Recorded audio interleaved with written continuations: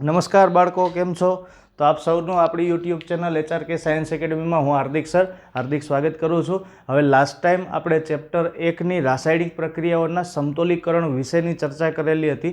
એમાં તમને યાદ હોય તો પહેલી પ્રક્રિયા હતી લેડ ઓક્સાઇડવાળી અને એની સાથે હતું કાર્બન. તો લેડ ઓક્સાઇડ અને કાર્બનવાળી પ્રક્રિયાનો જવાબ નવનીતની અંદર ઓપ્શન એ અને બી વાળું છે, મતલબ કે એ અને બી જવાબ આપેલો છે. ખરેખર એનો જવાબ એ અને સી આવશે. પ્રક્રિયા હું તમને છેલ્લે સોલ્વ કરાવી દઈશ. આપણે ખાસ કરીને ટેક્સ્ટબુકને ફોલો કરવાની છે. તમે જે કાંઈ સાહિત્ય વાંચતા હો એનાથી મને કોઈ વાંધો નથી, પણ તમારે લોકોએ ટેક્સ્ટબુકને ખાસ ફોલો કરવાની છે. ટેક્સ્ટબુકમાં જે આપ્યું હશે એ જ માન્ય ગણાશે. ટેક્સ્ટબુક સિવાયનું બોર્ડમાં કાંઈ માન્ય ગણતા નથી. એટલે તમારે ટેક્સ્ટબુકને ફરજિયાત ફોલો કરવી પડશે. એટલે ઓપ્શનના જવાબ છે એમાં પહેલો જ જે જવાબ છે ચેપ્ટર 1નો એ અને સી જેનો જવાબ આપેલો છે, મારા ખ્યાલથી બીજો અથવા તો ત્રીજો ઓપ્શન એવું કંઈક છે, એનો જવાબ આવશે.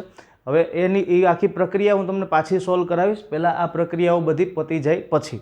હવે જો આજની આપણી પ્રક્રિયા શું છે, કેલ્શિયમ હાઇડ્રોક્સાઇડ. આ કેલ્શિયમ હાઇડ્રોક્સાઇડ એટલે શું? ચૂનાનું નીતર્યું પાણી. એની સાથે કોની પ્રક્રિયા છે? કાર્બન ડાયોક્સાઇડની. કાર્બન ડાયોક્સાઇડનું અણુસૂત્ર તમને બધાને ખબર છે, CO2. તો કેલ્શિયમ હાઇડ્રોક્સાઇડની પ્રક્રિયા છે કાર્બન ડાયોક્સાઇડ સાથે. એમાંથી નિપજ મળશે કેલ્શિયમ કાર્બોનેટ અને પાણી. કદાચ આ તમને બધાને ખબર હોવી જોઈએ. શું ખબર હોવી જોઈએ? તો કે ખબર એ હોવી જોઈએ કે આ પ્રક્રિયા ક્યાં આવી હતી. જો તમને યાદ હોય તો સંયોગીકરણ પ્રક્રિયાના ઉદાહરણો આપણે ભણ્યા હતા, એમાં આ આવ્યું હતું. હવે તમને બધાને આ તો ખબર હોવી જોઈએ કે કેલ્શિયમ હાઇડ્રોક્સાઇડનું અણુસૂત્ર શું થાય. તો કેલ્શિયમ હાઇડ્રોક્સાઇડનું અણુસૂત્ર થાય CaOH ટ્વાઇસ. આની અવસ્થા કઈ હોય? ચૂનાનું નીતર્યું પાણી છે તો જલીય દ્રાવણ. આની પ્રક્રિયા કોની સાથે થશે? Carbon dioxide CO2. આ શું હોય? તો કે વાયુ. કેલ્શિયમ હાઇડ્રોક્સાઇડ અને કાર્બન ડાયોક્સાઇડની રાસાયણિક પ્રક્રિયા થાય તો ઘટના આખી આવી બનશે કે આ થઈ જાય Ca2+, આ થઈ જાય 2OH-. આ કેલ્શિયમ હાઇડ્રોક્સાઇડમાંનું ધન આયન કેલ્શિયમ પ્લસ ઋણાયન હાઇડ્રોક્સાઇડ. સામેની બાજુએ કોણ છે? તો કે CO2. હવે ઘટના એવી બનશે કે 2OH એક ઓક્સિજન પરમાણુ આયન સ્વરૂપે છૂટો પડે અને આ ઓક્સિજન કોની સાથે જોડાઈ જાય? કાર્બન ડાયોક્સાઇડ સાથે.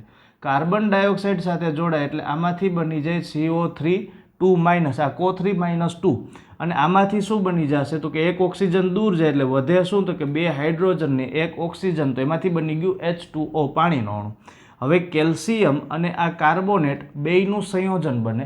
તો કેલ્શિયમ અને કાર્બોનેટનું સંયોજન બને તો આમાંથી થઈ જાય આ CaCO3, મતલબ કે કેલ્શિયમ કાર્બોનેટ. કઈ અવસ્થામાં હોય? ઘન અવસ્થામાં. અને બીજું શું છૂટું પડી ગયું? H2O.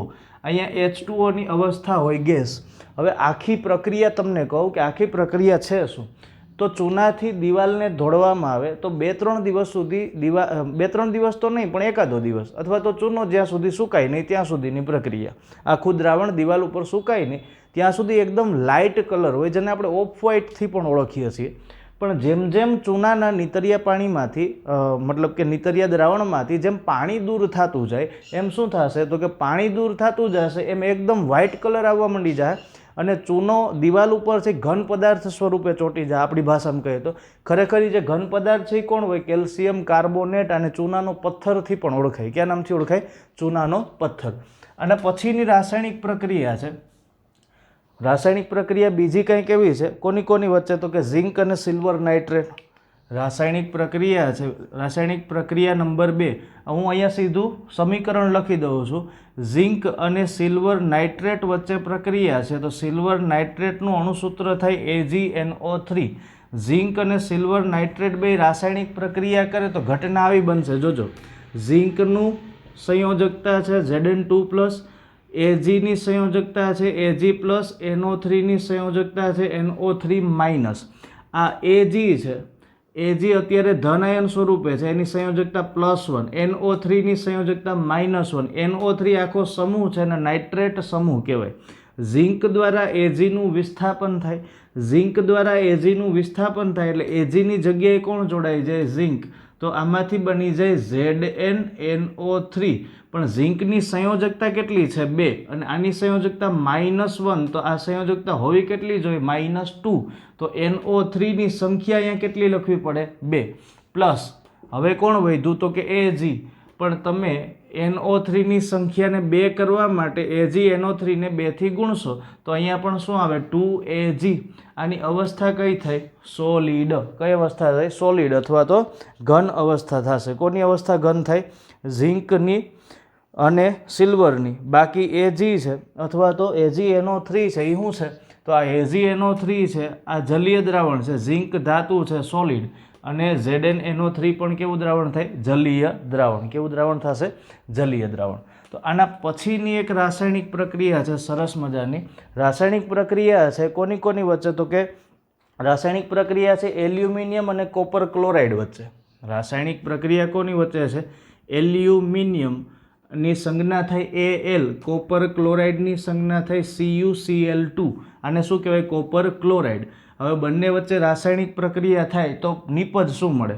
જો તમને નિપજ નક્કી કરતાં આવડવી જોઈએ. ઘણાઈને એવું થતું હોય કે કેમ બને, તો એ બનાવતા આવડવું જોઈએ. એના માટે તમારે કઈ ધાતુ સક્રિય છે, કઈ ધાતુ નિષ્ક્રિય છે, કોના કરતાં એ તમને થોડી ભાન પડતી હોવી જોઈએ. તો આ હેલું છે. બાકી આ બહુ જ અઘરું છે ભાઈ, કારણ કે આખી ABCD તમે એકની એક પ્રક્રિયામાં ઘણી બધી વખત લખો છો. એટલે હાવ હેલું પણ નથી અને હાવ અઘરું નથી. જો 2 કાન વચ્ચે આપેલ 1.5 કિલોના મગજનો ઉપયોગ કરો તો ખૂબ જ હેલું છે. અને એ ન કરો ને ગોખણ પટ્ટી આદરો તો આના જેવું અઘરું એ કંઈ નથી. સમજી લે. કેમ કે ભણાવવાવાળા તમને જે છે કોઈ પણ તમારા સાહેબ, તો એ કંઈ મશીન નથી કે આટલું બધી સ્ટોર કરીને આવે. બરાબર છે?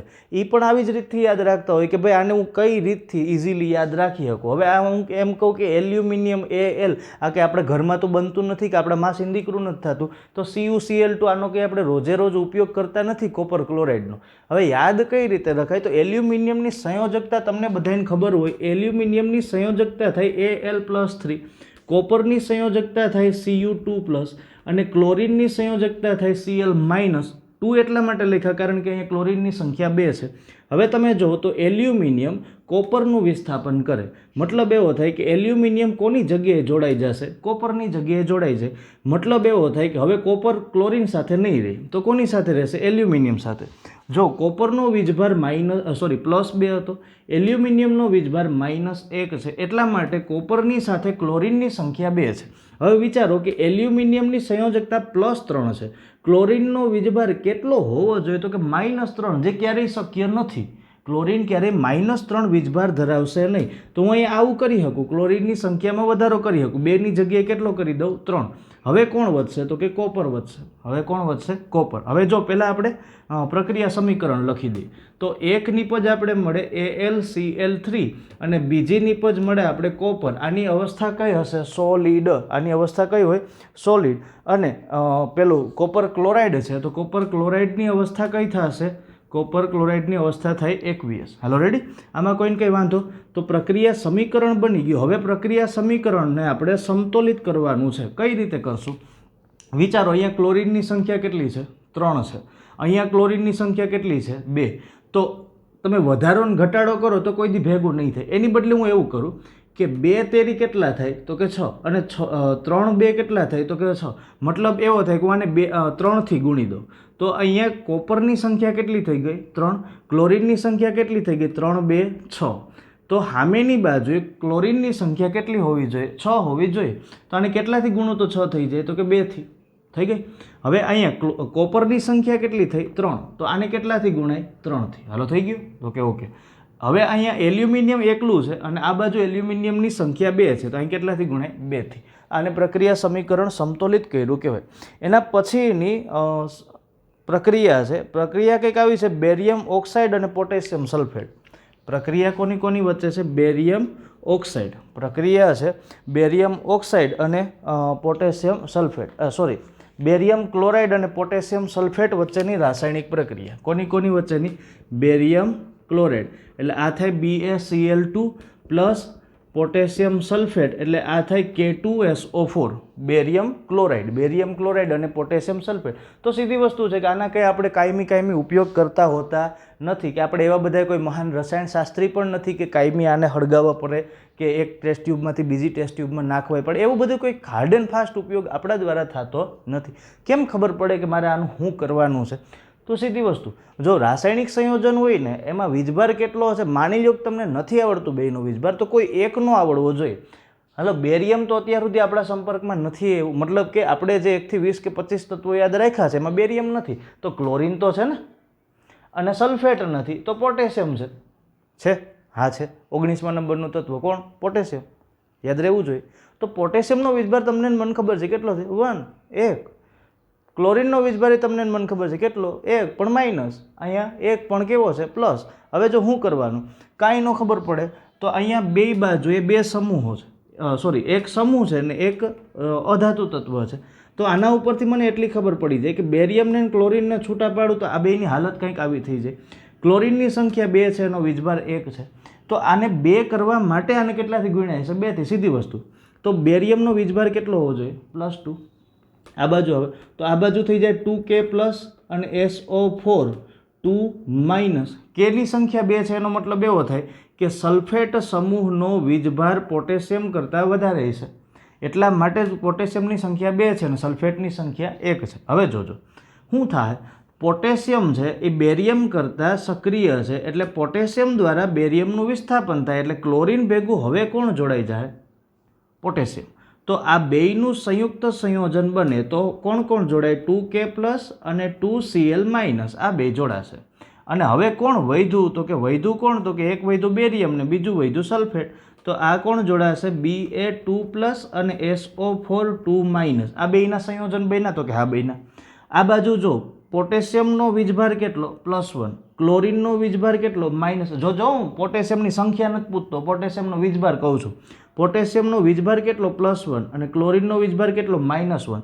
તો બે વીજભારના મૂલ્યો સમાન છે પણ એકબીજાની વિરુદ્ધ દિશાના છે, એટલે આ બે દ્વારા જે સંયોજન બને ને તટસ્થ સંયોજન બને. શું? KCl. બેયની સંખ્યા જો અહીંયા 2 અને અહીંયા 2, તો આમાંથી શું બની જાય? 2KCl potassium chloride plus.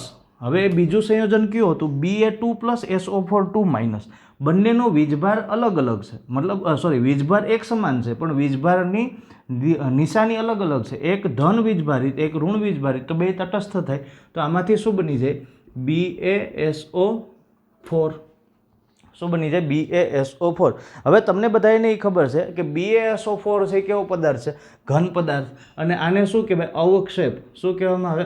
અવક્ષેપ. અને આ પ્રક્રિયાને કયા નામથી ઓળખાય? અવક્ષેપન પ્રક્રિયા. આ અવસ્થા હશે એકવીસ. અને આ પોટેશિયમ ક્લોરાઇડના દ્રાવણમાં સફેદ રંગના BaSO4 નો રંગ કેવો હોય? સફેદ, ધોરો. યાદ રાખવાનું છે, નહીંતર ધોરું થઈ જ જાય. તો આ સફેદ રંગના અવક્ષેપ હોય કોણ? BaSO4 barium sulphate.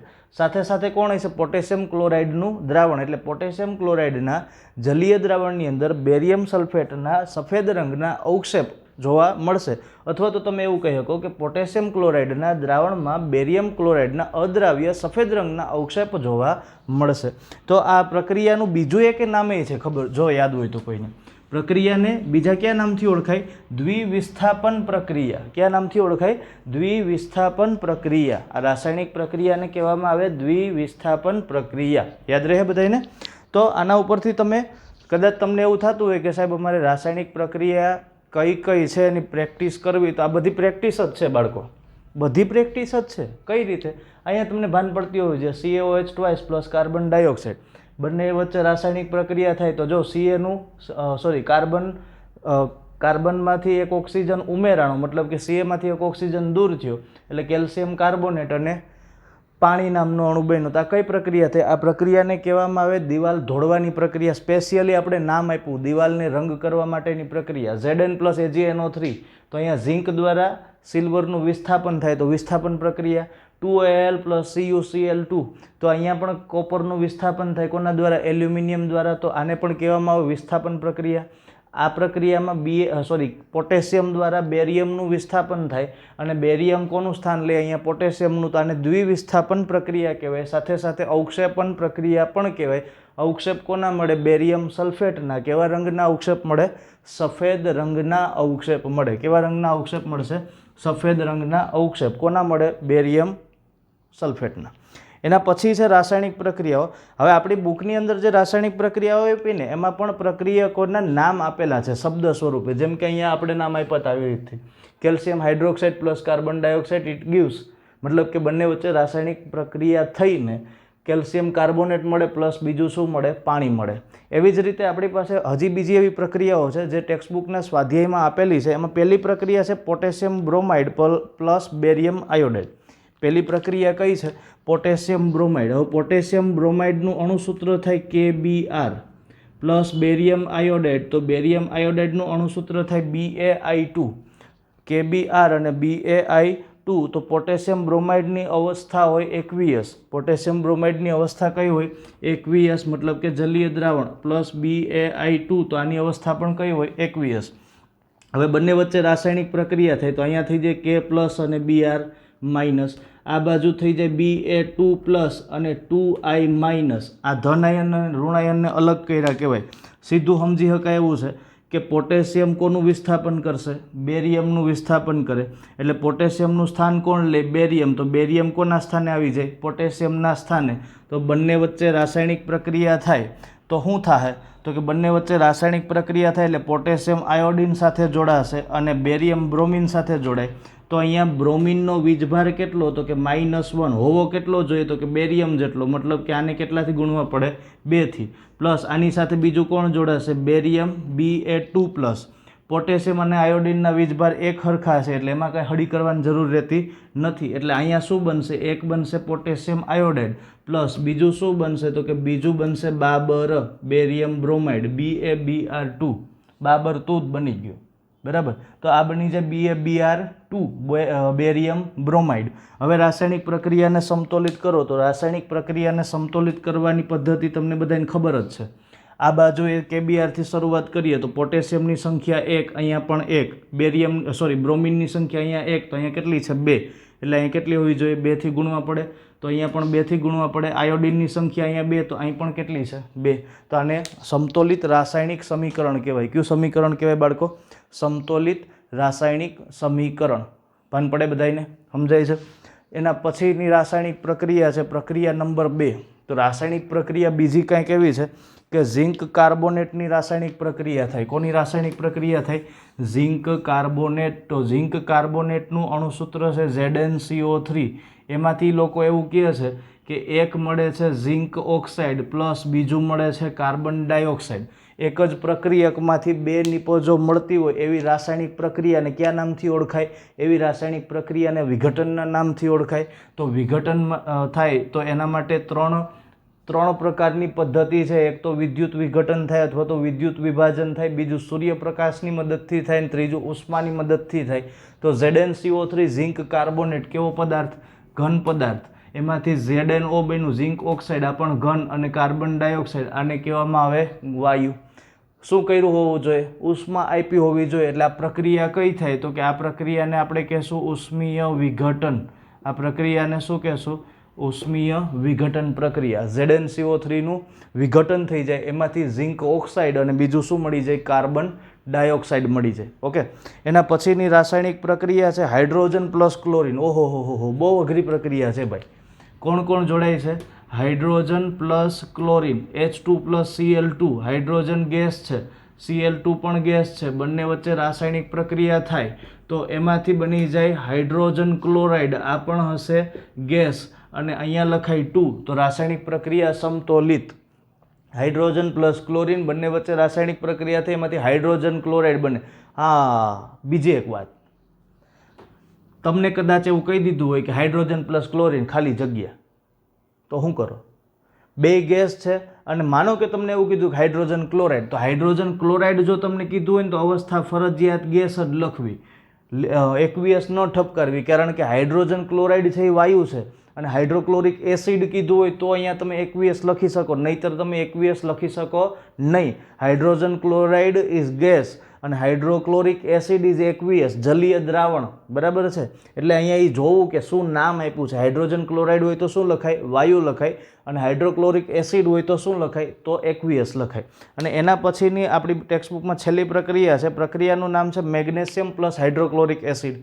તો રાસાયણિક પ્રક્રિયા કઈ? મેગ્નેશિયમ ધાતુ પ્લસ હાઇડ્રોક્લોરિક એસિડ. તો મેગ્નેશિયમનું અણુસૂત્ર થાય Mg, અવસ્થા હોય સોલિડ, પ્લસ હાઇડ્રોક્લોરિક એસિડ એટલે થાય HCl, આની અવસ્થા લખાય એક્વિયસ. હવે મેગ્નેશિયમ અને હાઇડ્રોક્લોરિક એસિડ વચ્ચે રાસાયણિક પ્રક્રિયા થાય તો મેગ્નેશિયમનો વીજભાર હોય +2 પ્લસ હાઇડ્રોક્લોરિક એસિડમાં H+ અને Cl-. મેગ્નેશિયમ હાઇડ્રોજનનું વિસ્થાપન કરી દે. મેગ્નેશિયમ હાઇડ્રોજનનું વિસ્થાપન કરે એટલે કોનું સંયોજન બને તો કે એક બને Mg2+, બીજું ક્લોરિનનો વીજભાર -1 છે તો કેટલો હોવો જોઈએ? -2 થવો જોઈએ. એના માટે આપણે શું કરવું પડે તો કે ક્લોરિનની સંખ્યા વધારવી પડે. એટલે એક નિપજ આપણને શું મળશે? MgCl2. હવે કોણ વધ્યું તો કાંઈ H+, પણ H+ ક્યારે એકલો હોય નહીં, એટલે એના જેવા બીજા હાઇડ્રોજન સાથે સંયોજન બનાવી નાખે એટલે વાયુ બની જાય. તો અહીંયા આપણે સમતોલિત કરવા માટે શું કરવું પડે? 2 થી ગુણવા પડે. That's all. આ રાસાયણિક પ્રક્રિયા સમતોલિત કરી કહેવાય. કોની? મેગ્નેશિયમ પ્લસ હાઇડ્રોક્લોરિક એસિડની બંને વચ્ચે રાસાયણિક પ્રક્રિયા થાય તો એક બની જાય MgCl2 magnesium chloride plus hydrogen વાયુ. આ પ્રક્રિયાને કઈ પ્રક્રિયા કહેવાય? વિસ્થાપન પ્રક્રિયા. આ પ્રક્રિયાને કઈ પ્રક્રિયા કહેવાય? 2 કે 2 થી વધુ પ્રક્રિયકો રાસાયણિક પ્રક્રિયામાં ભાગ લેતા હોય અને એક જ નિપજ આપતા હોય તો આને કહેવામાં આવે સંયોગીકરણ પ્રક્રિયા, કોમ્બિનેશન રિએક્શન. અને બીજી છે ZnCO3 ઝિંક કાર્બોનેટ. એક જ પ્રક્રિયકને ઉષ્મા આપો, સૂર્યપ્રકાશમાં રાખો કે વિદ્યુત પ્રવાહ પસાર કરો અને 2 થી વધારે નિપજ મળતી હોય તો આને કહેવામાં આવે વિઘટન પ્રક્રિયા. કઈ પ્રક્રિયાના નામથી ઓળખાય? વિઘટન પ્રક્રિયા. તો આજ માટે આજના લેક્ચર પૂરતું આટલું જ છે. મારા ખ્યાલથી સ્વાધ્યાયની બધી જ રાસાયણિક પ્રક્રિયાઓ સમતોલિત થઈ ગઈ છે, તેમ છતાં પણ હજી એવી પ્રક્રિયાઓ લાગશે તો હું તમને સોલ્વ કરાવીશ. એક સ્પેશિયલ નાનકડો એવો 5-10 મિનિટનો લેક્ચર રાખશું સ્વાધ્યાયની પહેલી પ્રક્રિયાને સોલ્વ કરવા માટે, વ્યવસ્થિત સમજી લેવા માટે. Okay, so thank you very much. આ લેક્ચર પૂરતું આટલું જ. વધુ આવતા લેક્ચરની અંદર. થેન્ક્સ અ લોટ.